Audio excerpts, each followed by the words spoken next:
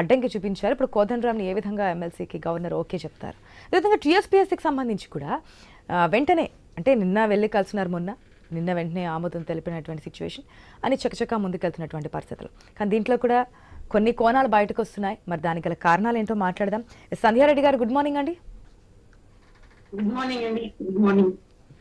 ఏ విధంగా ముందుగా మీకు గణతంత్ర దినోత్సవ శుభాకాంక్షలు, హ్యాపీ రిపబ్లిక్ డే. ఆడి సెలబ్రేషన్స్ జరుగుతూ ఉన్నాయి. ఏ విధంగా అంటే కావాలని చెప్పి చేస్తున్నారు, లోపాయకారకంగా బీజేపీకి కాంగ్రెస్కి మధ్య ఉన్నటువంటి సఖ్యత? ఎందుకంటే సీఎంగా బాధ్యతలు చేపట్టిన తర్వాత ప్రధాని మోదీని కలిసి రాష్ట్రానికి రావాల్సిన నిధులు, విభజన హామీలు, వీటన్నిటి గురించి మాట్లాడుతున్నారు సీఎం రేవంత్ రెడ్డి. అప్పుడే మాట్లాడడం జరిగింది. తర్వాత ప్రోటోకాల్ విషయాలు ఇవన్నీ కూడా బయటకు వస్తూ ఉన్నాయి. ఒకదాని తర్వాత ఒకటి సర్కార్ మారిన తర్వాత, ప్రభుత్వం ఎప్పుడైతే మారిందో ఇవన్నీ కూడా బయటకు వస్తున్నాయి. సో దీన్ని ఏ విధంగా చూడాలి, ప్రధాన ప్రతిపక్షం ఆర్గ్యూ చేస్తున్నటువంటి ఇష్యూని? ఒకటమ్మా, పార్టీ ఏదైనా గవర్నర్ గారిని మేము ఫస్ట్ నుంచి గౌరవించి, అధికారంలో లేకపోయినా అధికారం ఉన్నా మా సంస్కారం అది కాంగ్రెస్ పార్టీ. గతంలో బీఆర్ఎస్ పార్టీ ఒక గవర్నర్ గారిని ఎంత అవమానపరిచిందో కూడా చాలా సందర్భాలలో ఒక మహిళగా నేను చెప్తున్నాను, మీరు కూడా చూసినారు. అహంకారం అనేది కాదు, ప్రజలు మన మీద పెట్టిన ఒక నమ్మకాన్ని మేము ఒక స్నేహపూర్వకంగా అంతే తప్ప మేము అంటే అది మన బాధ్యత అమ్మా. ఒక సీఎం గా ఒక గవర్నర్ గారిని వెళ్ళి కలవడం అనేది ఒక డిప్యూటీ సీఎం గా మా బాధ్యత అది. అంతేగాని ఇప్పుడు బీజేపీ బీఆర్ఎస్ ఒకటని వాళ్ళు ప్రచారం చేసుకున్నంత మాత్రాన ప్రజలు కూడా నమ్మాలి కదమ్మా. ఎప్పుడైనా ఒకటి, రాజ్యాంగాన్ని కంపల్సరీ ప్రతి ఒక్కరు గౌరవించాలి. కాంగ్రెస్ పార్టీ రాజ్యాంగాన్ని గౌరవిస్తుంది. రాజ్యాంగ ప్రకారంగా ప్రతి ఒక్కరిని గౌరవించబడుతుంది, ప్రతి ఒక్కరు న్యాయం చేయగలుగుతుంది. కాబట్టి మేము ఒక్కటైతే చెప్తున్నాము, ఇలా చాలా ఆ మనిషికి అహంకారము అనేది ఏ రకంగా ఉంటే ఈ రోజు బీఆర్ఎస్ పార్టీకి, ఇవాళ బీఆర్ఎస్ పార్టీనే చూస్తున్నాం అహంకారం. బీఆర్ఎస్ పార్టీని ఎవరిని ఓడించలేదు, వాళ్ళే ఓడించుకున్నారు.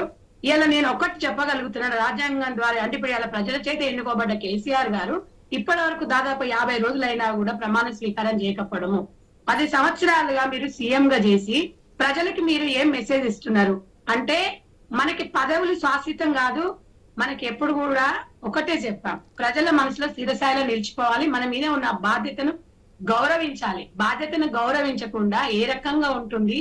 ఇలా తమిళసై గారు మంచిగా ఒక రాజ్యాంగ పరంగా ఆమె ఆమోదం పొందడము, ఆమె గౌరవించడం మాకు సంతోషం. సరే, గతంలో వాళ్ళకి లేదా వీళ్ళకి లేదా అనేది గతం గురించి మాకు సంబంధం లేదు. మేము వెళ్ళి అడిగేదాన్ని బట్టే ఉంటదమ్మా.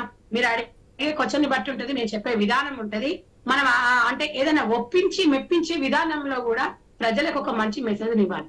ఇవాళ ఒక కోదండరామ్ గారికి ఒక మంచి అవకాశం వచ్చింది. ఎందుకు అంటే కాంగ్రెస్ పార్టీ ఎప్పుడు సొంత దానికోసం ఆలోచించదు. ప్రజల మనిషి, ఆయన విద్యావంతుడు, ఉద్యమకారుడు, చాలా మంచి అవకాశం వచ్చింది, చాలా సంతోషం. దాని మీద ఎవరు పెద్ద కాంట్రవర్సీ కూడా పెట్టుకోవాల్సిన అవసరం లేదు. ఇలా ఆమోదం పొందడం అనేది బీజేపీ పార్టీకి కూడా సంతోషమే. ఇలా బీజేపీ పార్టీ కూడా ఉద్యమంలో ఉన్నారు. బీజేపీ పార్టీ తెలంగాణ ఇవ్వడంలో కీలక పాత్ర పోషించింది, వారిని మనం అనడానికి లేదు. కాబట్టి తెలంగాణ ఉద్యమంలో ఇలా తెలంగాణ పాత్రలో అందరి పార్టీల పరంగానే ఈ రోజు తెలంగాణ ఇవ్వడం జరిగింది సోనియా గాంధీ గారు. దాన్ని ఎప్పుడు మనం కాదని చెప్పం, చరిత్రను ఎప్పుడు కూడా తుడిపేయాల్సిన ప్రయత్నం కూడా మనం చేయొద్దు. ఇవాళ ఒక్కటి వాళ్ళ అహంకారం మాటలు మీరు మీడియా పరంగా నేను అడుగుతున్నానమ్మా, ఏ రకంగా అంటే ఒక 50 రోజులు అయ్యింది, 50 రోజులలో వాళ్ళకి అధికారం లేకపోతే వాళ్ళు ఎట్లా అంటే ఎక్కువ ఇంకా అది నేను ఏదైనా మాట్లాడితే లాంగ్వేజ్ అంటారు కానీ మామూలుగా కాదు, బలుపు మాటలు మాట్లాడుతున్నారు. కనీసం ఇప్పుడు పోయే పార్లమెంట్ ఎలక్షన్ లో కూడా ప్రజలు వాళ్ళని గౌరవించే పరిస్థితుల్లో, ప్రజలు రిసీవ్ చేసుకున్న పరిస్థితిలో కూడా లేదు. అరే ఓడిపోతే మీకు నష్టం ఏముంది? మేము 10 సంవత్సరాలు ప్రతిపక్షంలో ఉన్నాము, మేము ఇట్లనే చేసినామా? మీరు సంస్కారం నేర్చుకోండి. మీరు అహంకారం మాట్లాడితే ఎవరిది వాడే పతనం కావడం కంపల్సరీ. ఇంకొకటమ్మా, ఈ రోజు తమిళసై గారు చాలా విషయాలలో కనీసం భద్రాద్రికి కూడా ఆమెను ఆహ్వానించకపోవడము, లక్ష్మీ నరసింహస్వామి టెంపుల్ యాదగిరి గుట్ట కంటే గవర్నర్ ఒక ప్రోటోకాల్ కూడా వీళ్ళు ఎప్పుడు కూడా ఆ బీఆర్ఎస్ పార్టీ ఇప్పుడు కూడా గౌరవించలేదు.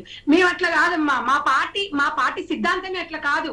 మేము అవనాపరచడం కాదు, మహిళలను గౌరవిస్తాం, ప్రతి మహిళను మేము గౌరవిస్తాం. మీరు ఈ రోజు చూసిండ్రు, ఎస్సీ బలహీన వర్గాలకు తప్పకుండా గౌరవిస్తాము. ఒక మహిళగా ఆమె బీజేపీ పార్టీ కాదు, పార్టీ పక్కన పెట్టండి, మనకు తెలంగాణ రాష్ట్రానికి గవర్నర్. మనము స్నేహపూర్వకంగా లేకపోతే మనకి లేకపోతే పనులు ఎలా జరుగుతాయమ్మా? ఇప్పుడు రేవంత్ రెడ్డి గారి సొంత విషయం కాదు, భట్టి గారి సొంత విషయం కాదు, తమిళసై గారి సొంత విషయం కాదు. ఇలా గవర్నర్ గారు కంపల్సరీ ప్రమాణ స్వీకారం చేసేటప్పుడు ఆమె మొహంలో ఆనందము అంటే నాకు ఇచ్చిన ఒక గవర్నర్ పదవిని నేను సక్రమంగా నిర్వహిస్తున్నానే ఆమె మొహంలో ఆనందం మీరు చూడాలి. అంటే అది అది మేము బీజేపీ ఈ రోజు బీజేపీ కాంగ్రెస్ ఒకటైందని ఎట్లా అనుకుంటామమ్మా? ఇది రాంగ్ మెసేజ్.